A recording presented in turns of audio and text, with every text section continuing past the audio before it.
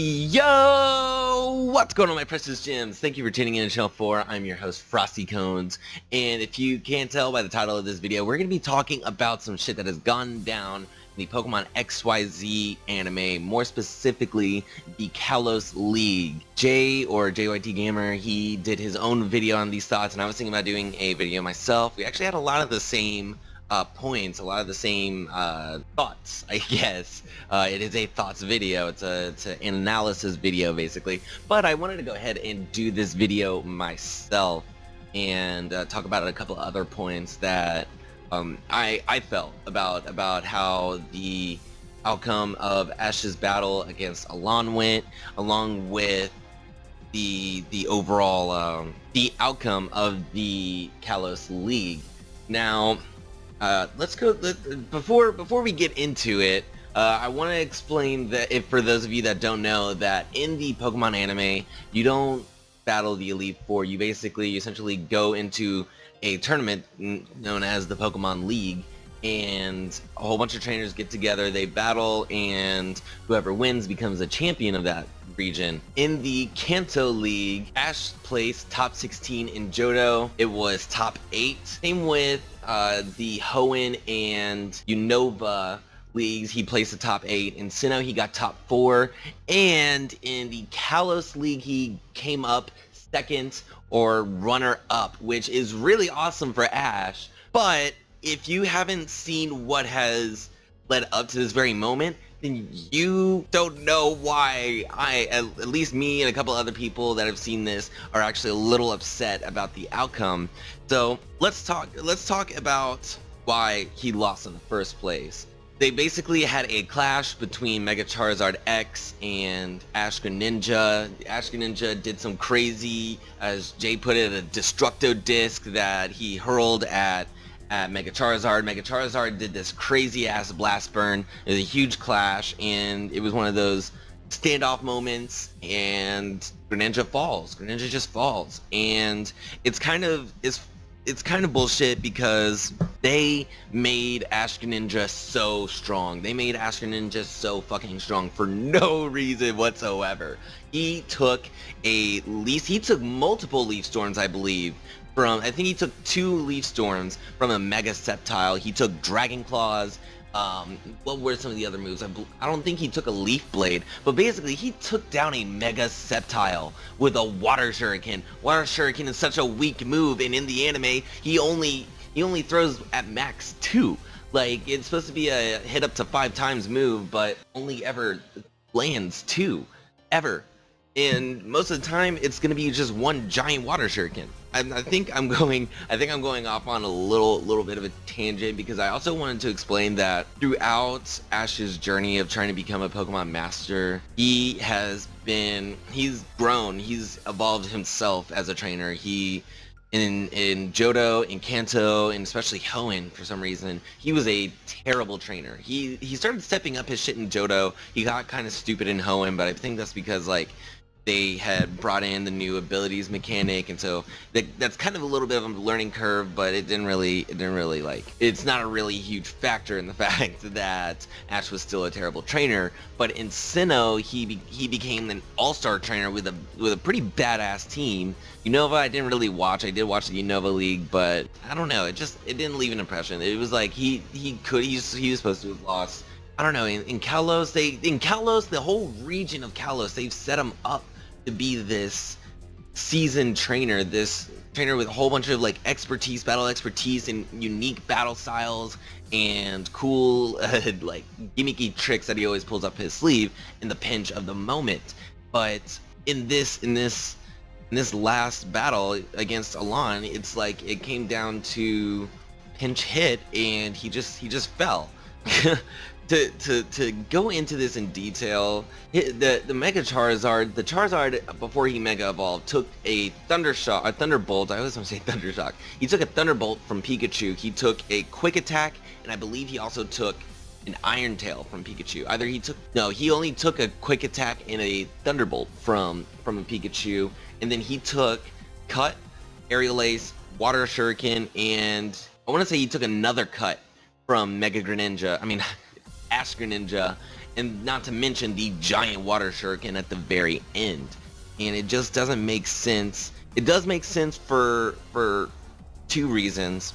And one thing I didn't think about is that the anime is not really geared towards us veteran fans of the series. It's more geared towards the kids that are just now getting into the series. So it makes sense. It does make sense that for those watching for the first time, or maybe it's their second Pokemon series or season that they've seen other than maybe Unova, then it does make sense that they want to keep giving Ash this underdog story. But again, they've hyped him up to be such a great battler. He almost took out Diantha's Mega Gardevoir.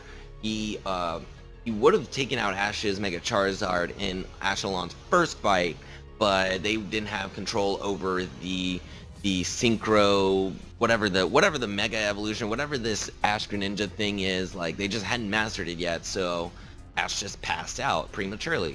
All tangents aside, it does make sense that they give Ash this kind of underdog story. They continue to give him this underdog story. On the other hand, it's not like an other hand, but on the same hand, basically, it would kind of mess with Alain's character. I was gonna say Ash. It would mess with Alain's character as well, because he's training to be the strongest Mega Evolution trainer and protect what he cares about the most. So if he were to lose, what would happen? Where would his character development go from there? Would he continue to train? Would he go into some kind of emo mode like he did in the Mega Evolution special and become edgy as fuck and just like go bent on this power or this journey for more power? I mean, it does make sense. It does make sense, and it's crazy how they tied in this Mega Evolution special with the anime. On a storyline sense, it does. On a character development sense, it does make sense. It does make sense, but it just doesn't make sense how they broke Greninja at the very last minute. That victory overall should have been Ash's. It should have been Ash's. I know that a lot of people were saying that, you know, Ash's Pikachu, he got enough, he got far enough. His Pikachu took out Tyranitar, and they don't even mention that he also took out Metagross with Iron Tail as the last move. That is absolutely crazy. It definitely should have been his. I think this just kind of solidifies that Ash will probably never win a Pokemon League, and that's completely fine. That's completely fine with me. But the way that I was really thinking that this was gonna go was that Ash beats Alain, he finally gets his victory, and they start moving into the Team Flare and Zygarde arc, which they have done already at the end of the episode. They do that, and then they introduce the Alola region, and since there's a change in how the league works in Alola, there's no gym leaders, there's no actual Pokemon League. You're basically just trying to create your own. That would make sense if Ash was the champion of Kalos, going to Alola and taking on this new format of becoming the very best, like no one ever was. You know what I mean?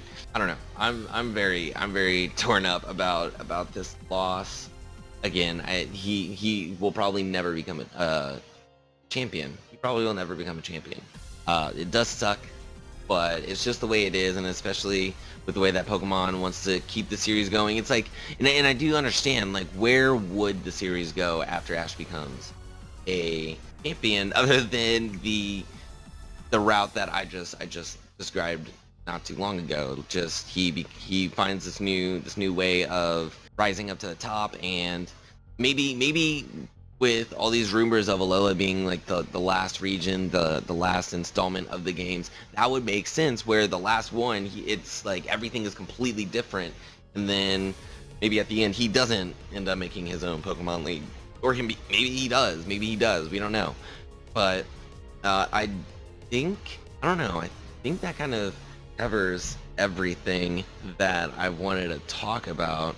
Actually, no, because I also wanted to bring up the fact that his whole team was just broken. His team was broken. Yes, he went up against two pseudo legends against Alain, but He had a pseudo legend of his own. He had an Uber's Pokemon. He had an Uber Pokemon, the Ash Greninja.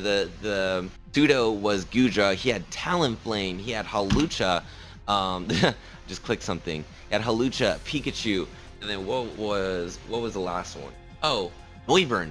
Yeah, he had a destructive ass team. This goes down in history as the best Pokemon League team, the best Pokemon League battle of Ash's career. Second to, or with Sinnoh being the second to that. I don't know. Hopefully he does become champion. I never really cared if he became champion, but after seeing how far he's come as a trainer, like he came up with some very unique battle styles. He had Pikachu wipe away a sandstorm by smashing its tail on the ground. He had Pikachu. He's good with Pikachu's tail, and that's a little weird. That's a little weird, but he just knows exactly what to do with Pikachu's tail in the heat of the moment. Speaking of heat, the Sky Battle with Unpheasant and Talonflame. I might accidentally say the Japanese names. I might say Pyro, but that's just I'm a weeboo. I don't give a fuck. I'm a weeb. That was an intense battle. I feel like stat-wise, a Talonflame would not have been able to die if he didn't get hit by an Unpheasant. I don't know. If he hit Unpheasant with multiple Brave Birds, that thing should probably go down. Same with Weavile. I know Weavile got hit by something, but then again, actually, no. Hawlucha just destroyed him. Hawlucha destroyed him and took very little damage at all. That's one thing I didn't understand, is that he was like heating up and getting stronger with the Weavile, but it didn't really explain why that happens, and I don't really keep up with the anime enough to know like if that's supposed to be Hawlucha's ability. His ability is definitely not Limber. It would make sense, being that it would make sense if his ability was probably Unburden. No, it would probably make sense if it was Mold Breaker, because he's breaking the mold, he's getting stronger, and now he can surefire land a hit on the Pokemon.